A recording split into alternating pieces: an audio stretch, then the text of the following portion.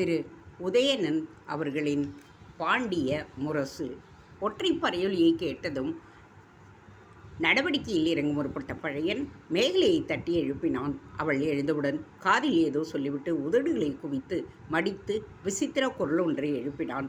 குயிலைப் போல் அவை இருந்தது அது.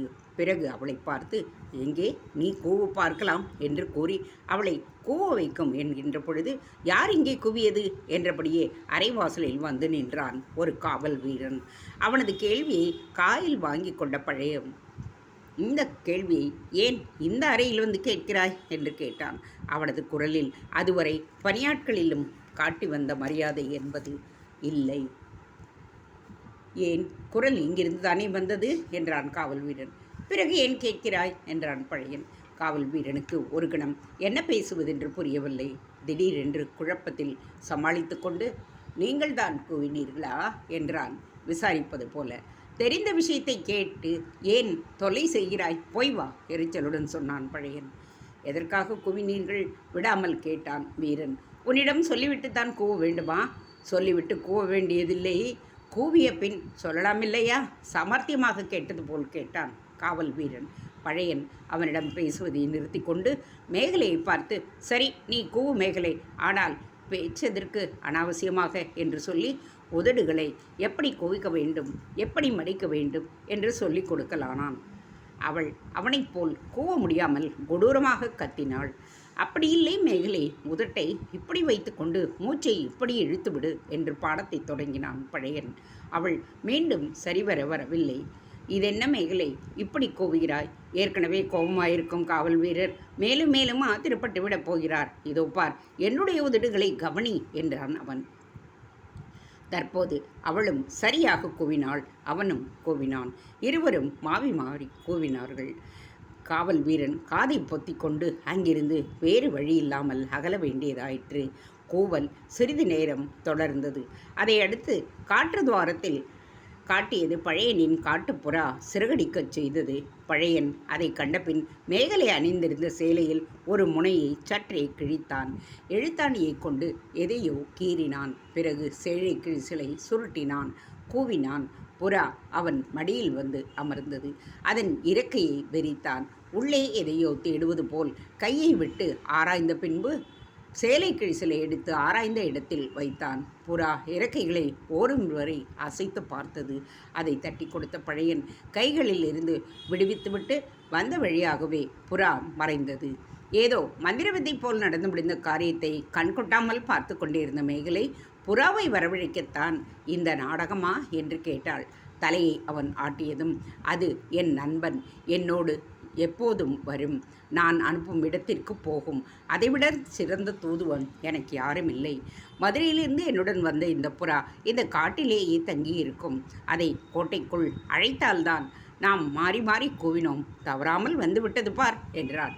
திட்டமிட்டுத்தான் செய்கிறீர்கள். ஆம் மேகலை, நீ வந்த பின்பு செய்தி அனுப்ப உன் சேலை கிடைத்தது என்று தீர்மானித்தேன். செய்தியை பொறிக்க எழுத்தாணி வேண்டுமே, அதற்காகத்தான் கரியை கொண்டு குட்டி நாடகமாடினேன். எதிர்பார்த்தபடியே எழுத்தாணியும் கிடைத்தது.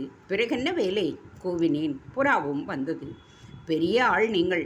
ஆமாம், எங்கு தூதனுப்பினீர்கள் என்று கேட்டாள். அவன் பதில் சொல்வதற்குள் அதிர்வேட்டு ஒன்று முழங்கியது. 2 காவல் வீரர்கள் அவனது அரைவாசலில் வந்து நின்றனர். அவர்களை பார்த்து, அது என்ன வெடிச்சத்தம் என்று கேட்டான் பழையன். தலைவர் வருகிறார் என்றான் காவலன். தலைவரா? யார் அவர்? படியூர் நிர்வாகி. யார், நன்னனா? அவரேதான். அவர் எதற்கு வருகிறார்? உம்மை பார்க்கத்தான். பழையன் அதோடு பேச்சு நிறுத்திவிட்டான். ஆறுமுகனே என்றும், சிவபெருமானின் செல்வனே என்றும், மலைமகளின் மைந்தனே என்றும், கொற்றவையின் குழந்தையே என்றும், பகைவரின் கூற்றுவனே என்றும், தேவரின் தலைவனே என்றும், கடம்ப மலர் கொண்டவனே என்றும், போர்த்தொழிலில் வல்லவனே என்றும், பொருதும் போதும் வெற்றியடைவனே என்றும், அந்தனரின் செல்வமே என்றும், வள்ளி தெய்வானை மணாளனே என்றும், புகழால் புனைந்த பெருமலையே என்றும், வலிய வீரர்களுக்கு காளையானவனே என்றும், வேலேந்திய கரம் கொண்டவனே என்றும், கிரவுஞ்ச மலையினை பிளந்தவனே என்றும், குறிஞ்சிமலைக்கு உரியவனே என்றும், சொல் வளப் புலவருக்கு ஏறு போன்றவனே என்றும், அரிய பெரும் பொருளாகிய வீட்டினை உடையவனே என்றும், வீட்டினை விரும்பி அடைபவர்க்கு அதனை அளிக்கும் அருளாளனே என்றும், துன்புற்றோர்க்கு இன்பம் அளிக்கும் பொன் அணி அணிந்த சேயே என்றும், போர் புண் மணிந்த மார்பில் இரவலரை தழுவி வேண்டியவற்றை அளித்து பாதுகாக்கும் நெடிய வேளே என்றும், தேவரும் மூவரும் முனிவரும் வணங்கும் திருப்பெயரினை தாங்கியவனே என்றும், சூரனின் குலமறுத்த மதவலியே என்றும், பேராண்மை மிக்க பெரும் தலைவனே என்றும் இதமாற போற்றி மதுரை கணக்காயனார் மகனார் நக்கீரனார் வணங்கி துதித்தவனும், தமிழரின் பெரும் கடவுளும், பல ஆயிரம் திருநாமங்கள் கொண்டவனும், காட்சிக்கு எளியவனும், அருளாட்சிக்கு அரியவனும், மனசாட்சியிலே உரைபவனும், மலையாட்சிக்கு உரியவனும், முருகப்பெருமானின் அறுபடை வீதிகளில் ஒன்றான திருப்பரங்குன்றத்து தேவலோகச் சிறப்பை தாங்கி தேவர்களே திணறும் தெய்வீக அழகோடு காட்சி தந்தது திருப்பரங்குன்றம். கூடல் மாநகர் மதுரைக்கு மேற்கே தேவேந்திரனின் பிரத்யேக சித்திரக்கூடம் போல் அமைந்திருந்த அந்த குன்று திருவிழா என்னும் திரு ஆபரணத்தை புனைந்து மணப்பெண் போல் திகழ்ந்தது. மதுரை ஒரு மன்னன் என்றால் தான் அதன் தேவி என்று பறைசாற்றுவது போல மதுரையின் சிறப்புகள் பலவற்றில் பங்கு வகித்த அந்த தெய்வ திருப்பரங்குன்றம் திருவிழா சிறப்பினால் பெருநகராக விளங்கியது. குமரன் இருக்கும் குன்றான காரணத்தினால் அமரத்துவம் பெற்றுவிட்டது போல் பார்க்குமிடமெல்லாம் ஜீவ கலை ததும்பி இருந்தது. அங்கே அமர்ந்துரைந்த முருகனும் குடிமக்களில் உள்ளமெல்லாம் நிறைந்த எளிய இறைவனாய் இருந்த காரணத்தினால் பரம பக்தர்களின் உள்ளம் போல குன்றம் முழுவதும் பரவசத்தில் ஆழ்ந்தது. அந்த பரவசத்தை அந்த குன்றை சூழ்ந்திருந்த திருநகரம் கொண்டிருந்தது. அகன்ற வீதிகளில் அழகுபடுத்தப்பட்டு அனைவரது இல்லங்களும் அலங்கரிக்கப்பட்டு தேர்களைப் போல் அளப்பரிய பொலிவோடு இலங்கின. இல்லந்தோறும் ஏற்றப்பட்டு இருந்த கொடிகள் அங்கே மலர்ந்திருந்த விழாவின் ஏற்றத்திற்கான அடையாளங்களாக இருந்தது. அந்த விழா எடுத்த பேரரசனை வாழ்த்துவது போல் அவை சடசடவென்று பறந்தன. கொடியேற்றி இருந்த குடிமக்களோடு கொடியோடு தங்கள் பணி முடிந்து விட்டதாக முடங்கிக் கொண்டவர்கள் இல்லை. கொடியேற்றம் என்பது ஏற்றத்திற்கான ஒரு தொடக்கமே என்று உணர்ந்ததை பறைசாற்றுபவர்களாக செயல்பட்டு கொண்டிருந்தவர்கள். ஆதலால் ஏதோ ஒரு பூங்காவில் லட்சக்கணக்கான வண்டுகள் சுற்றி திரியும் ஒரு ஈடுபாடு அந்த திருப்பரங்குன்றத்தில் உருப்பெற்று பெருகி கொண்டிருந்தது. குன்றம் குமரனை துதித்து எழுப்பிய நாவொலிகள் உலகை அசைக்கும் ஓங்காரமாக, மனித ஆத்மாவின் ரீங்காரமாக, பக்தி பெருக்கில் ஆங்காங்கே தமிழ் இதயங்களில் பெருகும் தேன் கீதமாக குன்றத்து வீதிகளில் ஒலித்தது. அவை வானில் எதிரொலித்ததால் அதிர்ந்து எழுந்தது போல் கீழ்த்திசையில் பளிச்சென்று எழுந்த கதிரவன் முதல் வணக்கம் செய்வது போல தன் வெள்ளி கதிர்களை அந்த திருக்குன்றில் செலுத்தியதால் பொற்குன்றம் போல் காட்சி கொடுத்தது அந்த தெய்வமலை. விண்ணுக்கும் மண்ணுக்கும் நிறந்த தூதுவர்க்கு போல் சிலைப்படும் பறவை இனங்கள் தங்களுக்கு அரிய வாய்ப்பு ஒன்று கிடைத்ததனால் அந்த வாய்ப்பை அழகுபடுத்தி கிடைத்த மாதிரியும் எண்ணி செயல்படுவது போல குன்றிற்கும் திருநகருக்கும் பறந்தன, சுற்றின, கீதமிசைத்தன. குமரனின் குன்றம் கோயில் தேவச்சிற்பமாய் இருந்தது. தேவச்சிற்பி மயனுக்கே மயக்கம் தரத்தக்க மரகத மாடமாக திகழ்ந்த ஆலயத்தில் பூஜை மணி இடைவிடாமல் ஒலித்தது. அந்த மணியை நிகர்க்கும் வேத ஒலிகளை குமரன் கோவிலின் தெய்வ புரிந்த கூழியர்கள் குந்தவை முருகன் சிற்ற தன்னனின் கூர்நல் அம்பில் கொடுவிரற் கூழியர் வேறுபல் உருவின் குறும்பர் களியர் என்று திருமுருகாற்றைப் பாடினர். குன்றைச் சுற்றிலும் மாதர்கள் தங்கள் வழிபாட்டையும் தொடங்கினர். அதற்கு அடையாளமாக அவரவரும் கோழிக்கொடிகளை நட்டு அதன் மீது நெய்யையும் கடுகையும் தெளித்தனர். தங்களுக்குள்ளேயே மந்திரங்களை ஓதியபடி மலர்களை தூவினர். 2 நிறமுள்ள ஆடைகளை அணிந்து கையில் செந்நிற கூப்பிட்டு வெண்பொறியினை தூவினர். மணத்திட்டுக்களில் வைத்து பலியிட்ட ஆட்டுக்கடாய்கள் ரத்தம் தோய்ந்த வெண்ண அரிசியை நைவேத்தியமாக படைத்தார்கள். கணக்கற்ற தானிய வகைகளும் பெரும் கூடைகளில் படைத்து கந்தனையும் மஞ்சளையும் தெளித்தார்கள். அலரிப்பூக்களாலான மாலைகளை தோரணம் போல் கட்டி தொங்கவிட்டனர். அகிர்புகை வாசனை பொருட்களால் மணப்புகையை எழுப்பி குறிஞ்சி யாழ் கொண்டு இன்னிசையையும் எழுப்பினர். குறிஞ்சி யாழின் அரிய இசையை அடுத்து பல்வேறு வாத்திய இசைகளும் அங்கு எழுந்தன. திருநகரையும் திருப்பரங்குன்றையும் வாழ்த்தொழிகள் எழுப்பப்பட்டது. அதே நேரத்தில் ஆலயமணியும் கொடுப்பறையும் ஒலிக்க, அதிர்வேட்டுகள் முழங்க, குன்றக்குமரனுக்கு தீபாராதனை நடக்க, முன்னே இருந்த திறந்த வெளியில் கூடத்தில் பரம பக்தர்களாய் நின்றிருந்த பாண்டிய மன்னன் ஸ்ரத்தையோடு கரங்களை கூப்பினான். இறைவனை நோக்கி கூப்பிய கரங்கள் மலர்பொழுது அதில் வந்து விழுந்தது ஒரு புறா. விழுந்ததும் துடித்தது, பின் அசைவட்டு நின்றது உயிர் பிரிந்ததனால். கடைச்சங்க காலத்து பாண்டியருள் தலை சிறந்தவனாக கருதப்பட்ட இந்த கதையின் நாயகனான பாண்டியன் நெடுஞ்செழியன் தன் இளம் பருவத்தில் தீட்சண்யமும் தெளிவும் கொண்டவனாக இருந்தான். இளமை காலங்களை அவன் வீணாக கழித்து விடவில்லை. அரசர் குல சுகபோகங்களை தேடி ஓடிவிடவில்லை. ஆழ்ந்த சிந்தனைகளில் இறங்கி அரசர் குல உயர்விற்கும் அதனுடைய வளர்ச்சிக்கும் காரியங்கள் ஆற்ற முறைந்தான். அதற்கு மிக முக்கியமானது வீரம்தான் என்று உணர்ந்து அதை பயிலத் தொடங்கினான். பயிற்சி என்பது பெயருக்கு என்றில்லாமல் இதயபூர்வமாக இருந்ததனால் வீர உணர்ச்சியை குறுகிய காலத்தில் அவனோடு பிணைந்து அவனை பெரும் சொத்தாக ஆகியது. அந்த வீரத்தை தேவையான இடங்களில் எல்லாம் அவன் காட்டவும் முற்பட்டான். பகை அவனை கண்டு பயந்தது. பயமின்றி நெருங்கிய பகைகளை அவற்றை கொண்டு அழித்தான். அவனை பற்றி தவறாக பேச பலர் பயந்தனர். அந்த வகையில் தனிப்பெரும் வீரனாக திகழ்ந்தான் செழியன். ஆனால் இளவரச பட்டம் ஏற்று அரசர்குல கடமையை இலக்கணம் போது மட்டும் வீரன் ஒருவனுக்கு போதாது என்பதை உணர்ந்தான். அது மட்டுமின்றி தான் விரும்பும் அரசகுல உயர்வும் வளர்ச்சியும் சுயநலமானவை என்றும், அவை உயர்வதும் தாழ்வதும் தன்னை போன்ற அரசகுலத்தவரிடம் இல்லை என்றும், மக்களின் கரங்களிலேயே அது இருக்கின்றது என்பதையும் உணர்ந்தான். வீர உணர்வு கொண்டு முடிகூடிவிட்டாலே ஆளும் தகுதி வந்துவிடாது என்று, உண்மையில் அது மக்களுடன் கொள்ளும் தொடர்பை பற்றியதே என்பதையும் உணர்ந்தான். ஆளும் உரிமை வேண்டுமானால் அரசகுலத்திற்கு மறுக்கப்படாமல் தங்களை தேடி வருமே தவிர, ஆளும் தகுதி என்பது தாங்கள்தான் தேடி போக வேண்டும் என்பதையும், அதை மக்களிடையே தான் தேட வேண்டும் என்பதையும் அவனுக்கு தெரிந்திருந்தது. அனைத்திற்குமே அடிப்படை அரியணை அல்ல, அதில் இருந்து கொண்டு யாரை ஆள்கின்றோமோ அந்த மக்கள்தான் என்பதுதான். எனவே தன் செயல் ஒவ்வொன்றுக்கும் மக்கள் சம்பந்தப்பட்டதாக இருக்க வேண்டும் என்று அவன் தெளிந்து கொண்டான். அவனது தெளிவிற்கு அவனது பாட்டனார் ஆரியப்படை கடந்த நெடுஞ்செழியன் அரசாட்சி ஒரு வழிகாட்டியாக இருந்தது. அரசாட்சி என்பது உண்மையில் அரசாட்சியாய் இருந்தால்தான் சிறக்கும் என்பதையும், முடிசூடுவது என்பது ஒரு சடங்குதானே அன்றி மற்றபடி முடிக்குரிய சிறப்பெல்லாம் தேடி பெற வேண்டிய புதேல் என்பதையும் அவன் உணர்ந்திருந்தான். எனவே இளவரசனாக இருந்த பொழுது வீர சாகசங்களில் மட்டும் ஈடுபட்டு கொண்டிருக்காமல் நிர்வாகங்களையும் கவனித்தான்.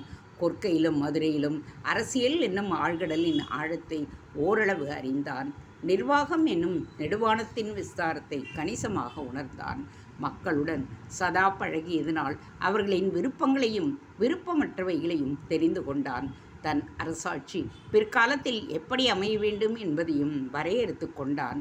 அந்த நிலையில்தான் அவனது தந்தை வெற்றிவேல் செழியர் குறுகிய காலத்திலேயே மாண்டுவிட்டதால் அவன் மன்னனாக முடிசூடினான். அரியணை ஏறி முடியை குடித்திங்கள் பல போயிருந்தாலும் அவனுக்கு அவை இரண்டும் அவ்வளவாக பழக்கவில்லை. அதற்கு காரணம் தன் அரசாட்சி பற்றி அவன் ஏற்கனவே தீர்மானம் செய்து வைத்திருந்ததுதான். மரபால் வரும் சம்பந்தத்தை விட பண்பால் வரும் சம்பந்தமே அரியணைக்கேற்றது என கொண்டு அந்த பண்பை வளர்க்கும் வகையில் அரண்மனை வாசத்தை அவ்வளவாக ஏற்றுக்கொள்ளாமல் தன் சாம்ராஜ்யமாக உதவும் வழிவகைகளை செய்யலானான். விரைவிலேயே அவனுடைய செயல்கள் அவன் உணர்ந்திருந்த அரசியல் தத்துவத்தில் அவனை பெரிதும் வித்தகனாக்கியது. மரபினால் மன்னன் என்றாலும் மக்களால் ஏற்றுக்கொள்ளப்படும் வரை மன்னன் என்கின்ற அந்தஸ்து வெறும் பெயருக்குத்தான் என்பதை உணர்ந்து விவேகமாக செயல்பட நெடுஞ்செழியன் மக்களால் ஏற்கப்பட்டது மட்டுமின்றி ஏற்றப்படவும் செய்யப்பட்டான். மன்னனாய் முடிசூடியவனை தெய்வமாக ஏற்றனர் மக்கள். திருப்பரங்குன்றத்து முருகன் காவல் தெய்வமாயும் பாண்டிய மன்னன் ஏவல் தெய்வமாகவும் ஆயினர் அவர்களுக்கு. இந்த நிலையில்தான் திருப்பரங்குன்றத்து குமரவேல் விழாவை முன்னிட்டு அங்கே விஜயம் செய்திருந்தான் மன்னன். விழா என்றால் அதை தங்கள் விளம்பரத்துக்கான வழியாக கொள்ளாமல், விழா என்பது மக்களால் மக்களுக்காக செய்யப்படும் நிகழ்ச்சி என்று கருதியதால் விழாவிற்கு ஒருவராக இருக்கும் முன்பே அவன் விஜயம் செய்து ஏற்பாடுகளை எல்லாம் கவனித்து வேண்டியவை எல்லாவற்றுக்கும் வழிவகுக்கலானான். இப்பாண்டியன் மட்டுமன்றி அந்த காலத்தில் முடிமன்னர்கள் அனைவருமே விழாக்களை மக்கள் நலத்திற்காகவே சிறப்பாக கொண்டாடினர். மன்னன் மக்கள் என்கின்ற வேற்றுமை பாராமல் ஒன்றாக இணைந்தார்கள். மக்களின் மகிழ்ச்சியே மன்னனின் மகிழ்ச்சி என்று கருதி அவர்களின் மன உணர்வுகளை மதித்து விழாக்களுக்கு உதவி செய்தனர். இவ்வாறு சோழ நாட்டில் நடைபெற்று வந்ததுதான் இந்திர விழா. மக்களின் நல்வாழ்விற்காக சோழ மன்னர்கள் எடுத்த அந்த பெருவிழாவை பற்றி சிலப்பதிகாரம் விரிவாக எடுத்துரைக்கிறது. இந்த விழா மக்களின் விழா என்பதால் தான் ஒரு சமயம் சோழ மன்னன் கிள்ளிவளவன் என்பவன் இதை எடுக்க தவறியதால் கடல் பொங்கி வந்து புகார் நகரை விழுங்கியதாக, அது மக்களுக்கு பெரும் துன்பம் அளித்ததாக மணிமேகலை கூறுகின்றது. விழா என்று மட்டுமல்ல, பண்டிகைகள் என்று மன்னராலும் மக்களாலும் சிறப்பு பெற்றன. அந்த கால சோழ பாண்டியர்கள் தங்களுக்கென்று தனித்தனியாக சொந்தம் கொண்டாடி விழாவை எடுத்தினர். ஒவ்வொரு ஊரும் ஒவ்வொரு பண்டிகை நாளை சொந்தம் கொண்டாடி அவற்றை சிறப்பித்த மக்கள் பிற்காலத்தில் பின்தங்காத பாண்டியன் நெடுஞ்செழியனும் திருப்பரங்குன்றத்து விழாவினை சோழர்களின் இந்த விழாவிற்கு சமமாக கொண்டாடினான். அப்படி சிறப்பாக கொண்டாடும் பொருட்டு வெறும் ஆணைகளை மட்டும் பிறப்பித்துவிட்டு நின்று விடாமல் விழாவிற்கு ஒரு வாரம் முன்பாகவே விஜயம் செய்து ஏற்பாடுகளை நேரில் கவனித்தான். விழாவில் பிரதான நிலைக்கலனான முருகன் ஆலயத்திற்கு சென்று அங்கு பணிபுரிந்து வந்தவர்களிடம் ஆலய நிர்வாகம் பற்றியும் நியமனம் பற்றியும் தினசரி பூஜை கிரமம் பற்றியும் பொருள் வசதிகள் பற்றியும் விசாரித்தான். அவற்றிற்கு எந்த குறையும் இல்லை என்று தெரிந்த கூனியர் அங்கு விழாவிற்குரிய செலவுகளை எல்லாம் மதுரை நகர் வணிகர்கள் மனமுவந்து ஏற்று வருவதால் விழா சிறப்பாக நடைபெறுகிறது என்று தெரிவித்தனர். பிறகு ஆலயத்திற்கு திருப்பணிகள் ஏதாவது தேவையா என்பது பற்றியும் அவன் விசாரித்தறிந்தான். விழா என்றால் மக்கள் கூடும் கூட்டம் மட்டும் அல்ல, கொள்ளையர் கூட்டமும் அதில் பெருகும். எனவே மக்களுக்கு காவல் செய்யப்பட்டிருந்த காவல் ஏற்பாடுகளையும் கவனிக்க அவன் தவறவில்லை.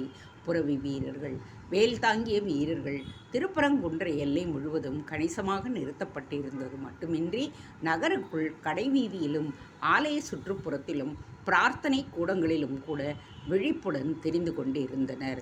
சந்தேகப்படும் பேர் வழிகளையும் கையும் களவுமாக பிடிபடும் கொள்ளையரையும் உடனுக்குடன் வளைத்து கொண்டு போய் விசாரிக்கவும் தீர்ப்பு வழங்கவும் ஊர் எல்லையில் அரங்கூர் அவைகள் சில அமைக்கப்பட்டிருந்தன. இந்த ஏற்பாடுகளை எல்லாம் ஒருபுறம் இருந்தாலும் மக்கள் என்னவோ கொள்ளையர்களை பற்றி கவலைப்பட்டவர்களாகவே இல்லாததையும் ஏதோ தங்கள் இல்ல திருவிழாவில் நடந்து கொள்ளும் இதமான மனநிலையோடும் மகிழ்ச்சியோடும் இருப்பதைக் கண்ட பாண்டிய மன்னன் ஓகை கொண்டான். ஓரிரு இடங்களில் மக்களை நேரில் சந்தித்து உங்களுக்கெல்லாம் கொள்ளையர் பயம் கிடையாதா என்று வினவவும் செய்தான். உண்மையை அறிந்து கொள்ளும் ஆர்வத்தில்தான் அப்படி கேட்டான். பிரபு, பாண்டிய நாட்டில் உள்ளங்கையை கொள்ளை கொள்ளும் கள்வர்களும் இருக்கிறார்கள். இதற்கு நாங்கள் ஏன் பயப்பட வேண்டும் என்றார் சிலர். இன்னும் சிலரோ, இல்லாமை இல்லாத பொழுது இந்த பாண்டி நாட்டில் கொள்ளையடிக்க யார் வரப்போகிறார்கள் என்றார்கள். தன் மக்களை எண்ணி பெருமிதமடைந்தான் பாண்டியன் நெடுஞ்செழியன். தனது உடல் புத்துணர்வு உண்டாகுவது போல் இருந்தது அவனுக்கு. மக்களின் இதயபூர்வமான மகிழ்ச்சி வார்த்தைகளை விட பரவசத்தை தரக்கூடிய விஷயம். மன்னனுக்கு வேறென்ன இருக்க முடியும்? அதை உணர்ந்த போது இப்படிப்பட்ட மக்களை பெற்ற தான் ஒரு பாக்கியசாலி என்று பெருமிதம் கொண்டான். கொள்ளையர்கள் மட்டுமின்றி மக்களிடம் பொதுவான அபிப்பிராயங்களையும் தேவைகளையும் கேட்டறிந்து கொண்டான். திருப்பரங்குன்றத்து ஆலயத்தில் இருந்த கலைக்குழுவினர் ஒரு சேர வாழ்த்த அந்த பகுதிக்கு விஜயம் செய்தான் மன்னன். தாமரை தடாகத்தை அடுத்திருந்த அந்த பகுதியில் குடியிருந்த தாய்மார்களும் பெண்களும் முகம் மலர அகம் மலர அவனை வரவேற்றனர். அவன் மனம் மகிழும் வண்ணம் பற்பல நடனங்களை ஆடி காட்டினர். மன்னனுக்கு குமாரவேலுக்கும் பிடித்தமான குறிஞ்சி ஆழை கொண்டு இன்னிசை மழை பொழிந்தனர். அவர்களிடம் ஏதேனும் உதவி தேவையா என்று அவன் வினவிய பொழுது பெண்ணொருத்தி விபரீதமாக தேவை ஒன்றை வெளியிட்டாள். அதை கேட்டு அனைவரும் பதறினர். அடி பாவி பண்ணி, இப்படியா கேட்பாய்? உன் புத்தியில் என்ன கோளாரா என்றனர். சிலர் அவளுக்கு பைத்தியம் பிடித்தது என்று அபிப்பிராயப்பட்டார்கள். ஆனால் அந்த பெண் மட்டும் அவர்களது பேச்சு அபிப்பிராயம் ஆகியவற்றை பற்றி கவலைப்படுபவளாக இல்லை. மிகவும் சரியான கேள்வி ஒன்றை கேட்டு நியாயமாக அதை எதிர்பார்ப்பவள் போல் மன்னனின் பதிலை எதிர்நோக்கி நின்றாள். இத்தனைக்கும் அவள் இளம் பெண்தான், பருவம் அடைந்து சில ஆண்டுகள்தான் ஆகியிருக்கிறது என்று புலப்படுத்துவது போல் இருந்தது அவள் தோற்றம். அவள் இளம் கன்று போல பசுமையாகவும் செழிப்பாக இருந்தது அவளுடைய முகம். அப்படி இருந்தாலும் அதில் அச்சமோ அறியாமையோ தெரியவில்லை. நிர்மலமான நீரில் திடீரென்று பூத்த செவ்வல்லி மலர் போல் சிவந்த பேடியும் செம்பையான மலர்ச்சியும் கொண்டவளாக விளங்கினாள் அவள். சற்று முன் குறிஞ்சிப்பன் இசைத்திருந்த அவள் அது குறித்து அது போதும் கொள்ளாமல் பாடிய மாதிரியே தோன்றாமல் இருந்தது. இசையும் இசைப்பும் அவளுக்கு சாதாரணமானவை என்று எண்ண வைத்தது. அது மட்டுமின்றி அவள் கேட்ட கேள்வி தோரணையும் பதிலை எதிர்பார்த்து இருந்த தோரணையும் மன்னனிடம் அந்த கேள்வியை கேட்பதற்கென்று ரொம்ப நாட்களாகவே அவள் காத்திருக்க வேண்டும் என்று கருத வைத்தன. அதை கேட்பதில் அவள் திட்டவட்டமாக முடிவு செய்து வைத்திருந்திருக்க வேண்டும். இல்லை என்றால் தற்போது அச்சமின்றி நின்று கொண்டிருக்க முடியாது. ஆனால் நெடுஞ்செழியன் மட்டும் அவள் கேள்வி கேட்டும் அசரவில்லை, சினமடையவும் இல்லை. சூரிய ஒளிப்பட்டு இதழ் விரிந்த தாமரை போல் முகம் மலர்ந்த அவன், என்ன கேட்டாய், இன்னொரு முறை சொல் என்றான். தாங்கள் அமரும் அரியணையில் ஒரு இடம் வேண்டும் மன்னவா என்றாள் அவள் பயப்படாமல். அந்த இடத்தை வைத்துக்கொண்டு என்ன செய்வாய் நீ என்றான் மன்னன் சாந்தமாக. அங்கே அமர்வேன். அமர்ந்தவர்களை என்ன செய்கிறார்களோ அதை செய்வேன். கலகலவென்று சிரித்தான் மன்னன். அந்த இடம் காலியாக இருக்கிறதா என்று தெரியுமா உனக்கு என்று பிறகு கேட்டான். தாங்கள்தானே மன்னவா சொல்ல வேண்டும் அதை பற்றி. இடம் காலி இல்லை என்றால் என்ன செய்வாய் ஆர்வத்துடன் கேட்டான் மன்னன். பெரிய அரியணையாக ஒன்றை வைத்து கொள்ளுங்கள் மன்னவா. தங்களால் முடியாததா? மன்னரிடம் சிரிப்பு தொடர்ந்தது. இந்த நிலையில் குறுக்கிட்ட சிலர், பிரபு, இவளுக்கு பித்து பிடித்து விட்டது. பைத்தியக்காரியின் பேச்சை நீங்கள் பொருட்படுத்த வேண்டாம் என்றார்கள். பெண்ணே, இவர்களெல்லாம் சொல்லுகிறார்களே, உனக்கு பைத்தியமா பிடித்திருக்கிறது என்று கேட்டான். நான் பைத்தியம் என்றால் நம்பி விடுவீர்களா மன்னவா? ஏன் அப்படி கேட்கிறாய்? என் பதிலை வைத்தா இதில் முடிவு செய்ய முடியும்? அதோடு தங்களால் அறிய முடியவில்லையா? அறிவாளியாக பேசுகிறாய் பெண்ணே, அதில் எனக்கு மகிழ்ச்சிதான்.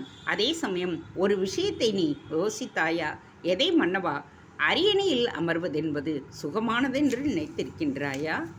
இல்லை மன்னவா, துன்பம் மிகுந்த இடத்தை நீ ஏன் விரும்புகின்றாய்? சுகமில்லை என்ற இடத்தில் அமர்ந்து தாங்கள் துன்பத்தை சுமக்கும் பொழுது நான் சுமக்க முடியாதா பிரபு? எப்படி கேட்டாலும் வகையாக பேசிடும் அவளது பேச்சு திறனை கண்டு ரசித்த மன்னன் அரியணையில் அமர வேண்டும் என்கின்ற ஆசை உறுதியாக அவளுக்கு உண்டாகிவிட்டதே. அது பற்றி எப்படி கேட்டாலும் பதில் கூறிவிடுவாள் என்பதை உணர்ந்த அவன், உன் பெயர் என்ன என்று கேட்டான். தேவி என்றாள் அவள்.